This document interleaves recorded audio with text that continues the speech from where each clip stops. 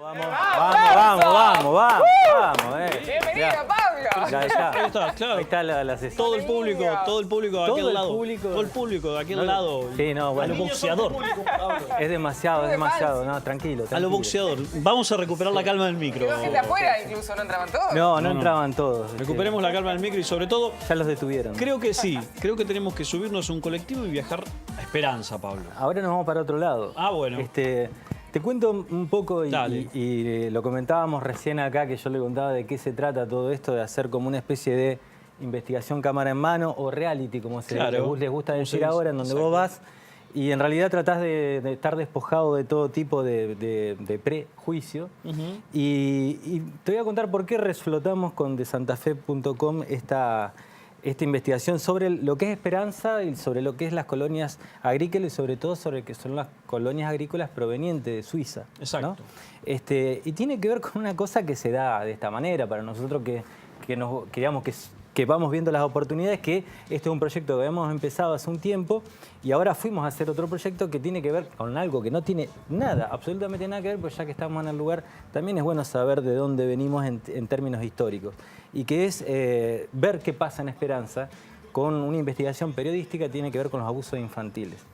Es muy loco lo que pasa en Esperanza con eso, es muy loco lo que pasa en las inmediaciones también, en donde hay un enorme número de casos de abuso sexual, que siempre, sobre todo infantil, uno no sabe si es un momento en el que se da mucho o se denuncia mucho. Esa siempre va a ser una variable que no tiene la duda, menos, claro. Pero claro, con lo que es el caso Baralda, donde hay un abuelo, donde hay un montón de cosas, es una cosa que fuimos a investigar y dijimos, ya que estamos acá... Recordemos el caso Baraldo, para el que no lo tiene presente, el juzgamiento, el juicio a tres personas, las cuales resultaron culpables, por lo menos encontradas culpables, y culpables del abuso de un menor de 4 años. Entre los 5 y los 9 años de él, digamos, por parte de sus abuelos y su tío. Exactamente. Creo que lo más importante y lo que uno ve casi como investigador es la sorpresa de que no hubo o no hay una reacción social ante esto. Esto es algo que sorprende, ¿no? Lo que puede ver como marchas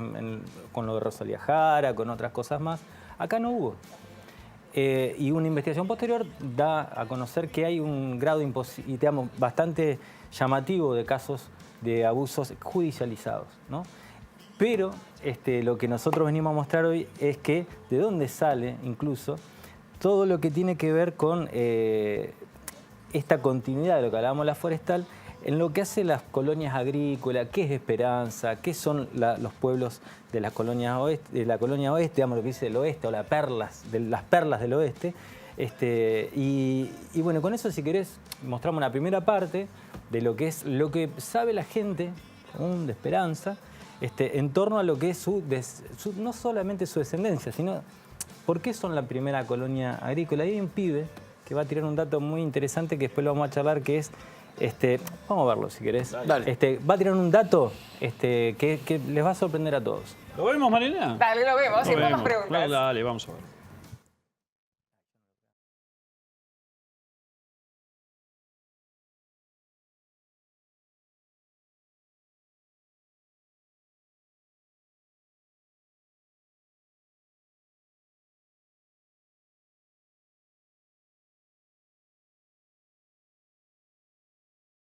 Esperanza fue el primer casamiento civil y fue la primera colonia agrícola organizada del país. Ajá, sobre fenómeno inmigratorio en Esperanza. Bueno, la idea es empezar por el principio.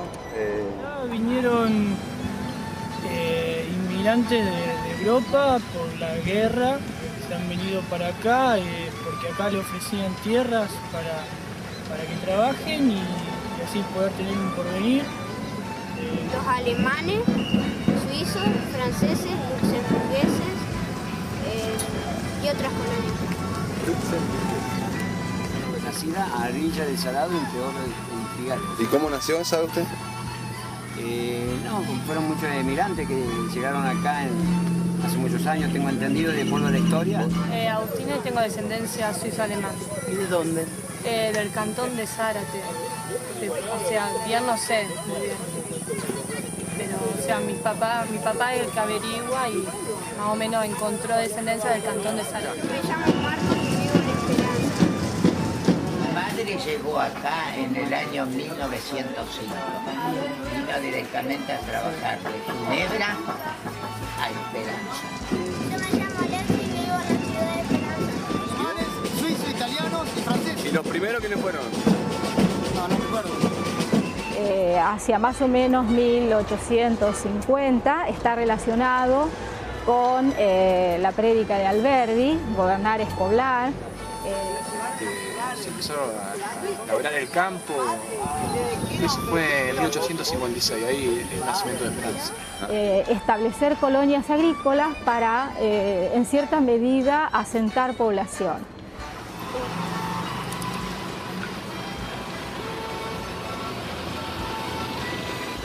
Están haciendo un documental sobre los suizos.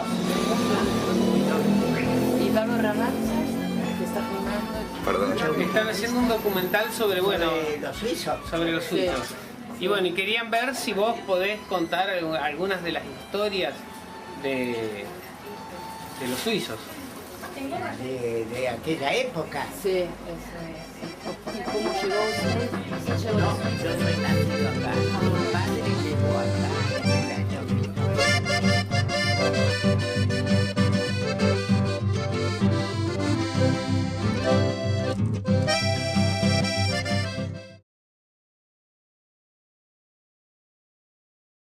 Bueno, ahí está. ¿Qué conclusiones sacamos?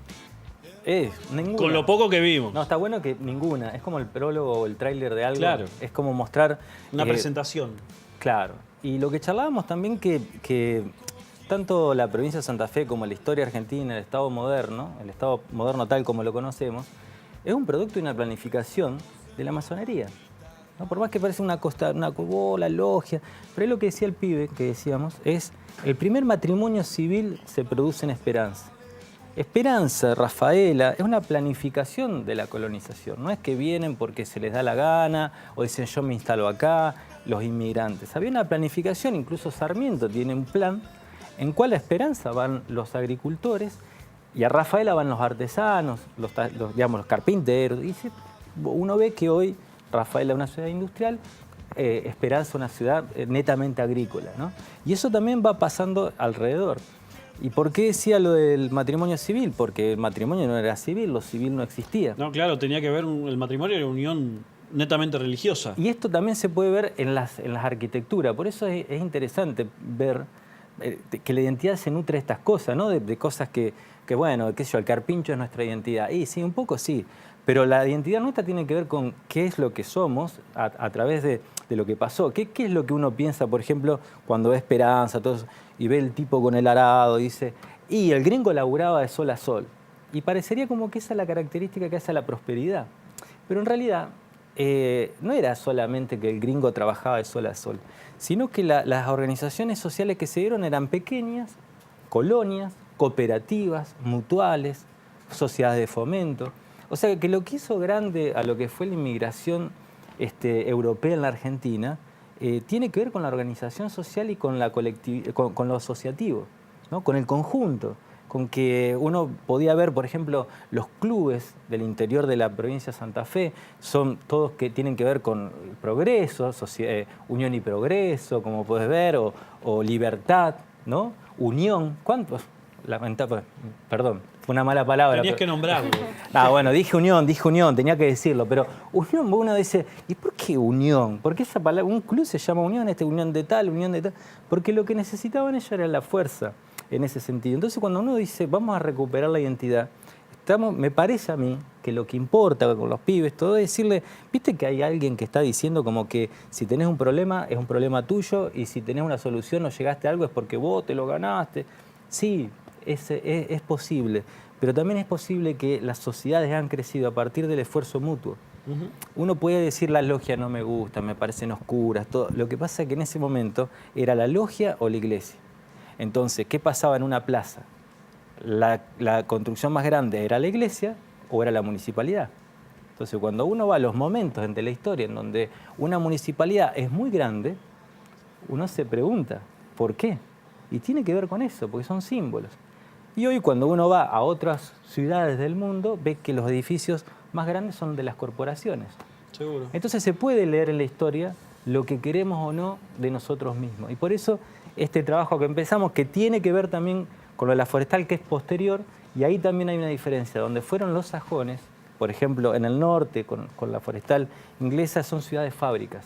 O sea, la ciudad o las ciudades se producen en torno a las fábricas, no a las plazas. No son administrativas ni son juntos, o sea, sino que es ciudades fábricas, que es un modelo de la revolución industrial y netamente británico o alemán. Y acá en el caso de los suizos, bueno, estamos hablando de también que eran agrícolas y que eran muy pobres. Pablo, sobre esa idea de oscuridad o de vestigios de oscuridad que uno analiza hoy en esta actualidad, en este momento, por ahí a la masonería, en ese momento, ¿solamente se lo visualizaba como una forma de organización o también había aquellos que lo analizaban desde ese punto de vista que actualmente se puede tener? Yo creo que no se visualizaba, o sea, no se veía y por eso creo que la efectividad de ese plan, ¿no? Porque también, por ejemplo, lo que primero se crean en Rafaela, sobre todo la escuela normal. ¿Por qué? Porque la escuela normal era los que iba a preparar a las maestras para que vayan al interior a alfabetizar, y alfabetizar en castellano.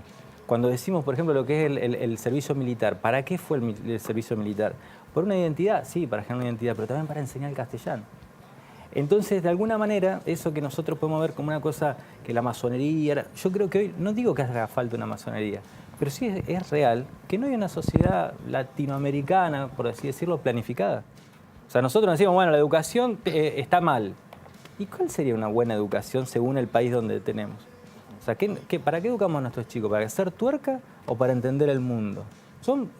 A ver, en esas pequeñas discusiones creo que está el futuro. Si vos a un pibe le enseñás a hacer tuerca y no preocuparse por nada más, claro, o no le enseñás su historia, y no le decís, mirá, esta colonia no es que el tipo se esforzaba solo, no podía solo.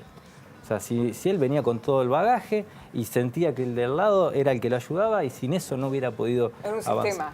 Era un sistema, exactamente. Y un sistema que se basó en otras creencias, quizá no la religiosa, pero sí, por ejemplo, del progreso, ¿no? Por eso decimos, viste, que el gringo dice yo tengo, ¿no? Y guarda y acumula. Y eso también tiene que ver con nosotros, como por ejemplo esta cuestión de la casa propia, cosas así, que forman parte de nuestra identidad y que por ahí hay que preguntársela, porque me parece que el problema de hoy es que no hay otro. O sea, es como que vos decís, bueno, ya no está el tema de la casa propia, el laburo. ¿Y qué otro sistema o qué otro sistema cultural hay en donde...? La inmediatez ganó. Y bueno, pero viste, entonces vos decís, ¿y qué pasa? ¿Qué es la inseguridad? Y la inseguridad es que no sabes qué va a pasar mañana. Seguro. Claro. No lo sabes ni por el peso, ni por los precios, ni por un perro partido de fútbol.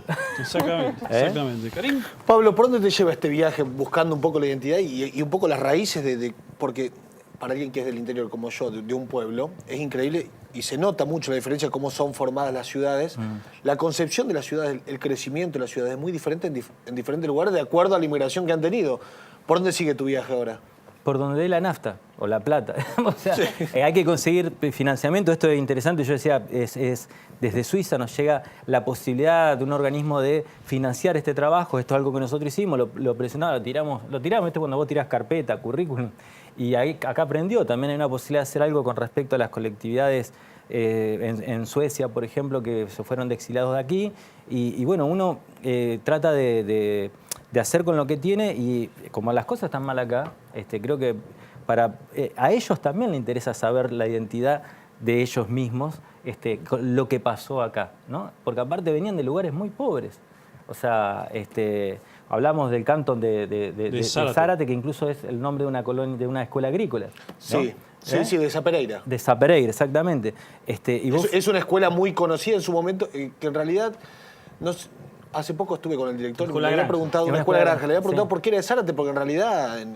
Parece como Zárate aquí. Claro. Y con Z. Exacto, y dice, y bueno, es un cantón, que son como provincias, pero que bueno, tienen otra organización de Suiza, que se vienen acá después, en el momento de 1850, 56, el momento de guerras napoleónicas, en donde esos pueblos quedaban aislados, a partir de que las guerras mundiales ya existieron. Quizá habría que hablar de la guerra mundial pre-1 y pre-2, y que, bueno, eso Europa estaba muy pobre. La otra vez, bueno, hablando de la forestal, decíamos con alguien que es un paisajista, un agrónomo, que no existiría el capitalismo sin América Latina. América Latina le dio todas las riquezas naturales que le faltaban Y eso, ¿sabe por qué es importante? Porque hoy está apareciendo un fenómeno bastante parecido con el extractivismo.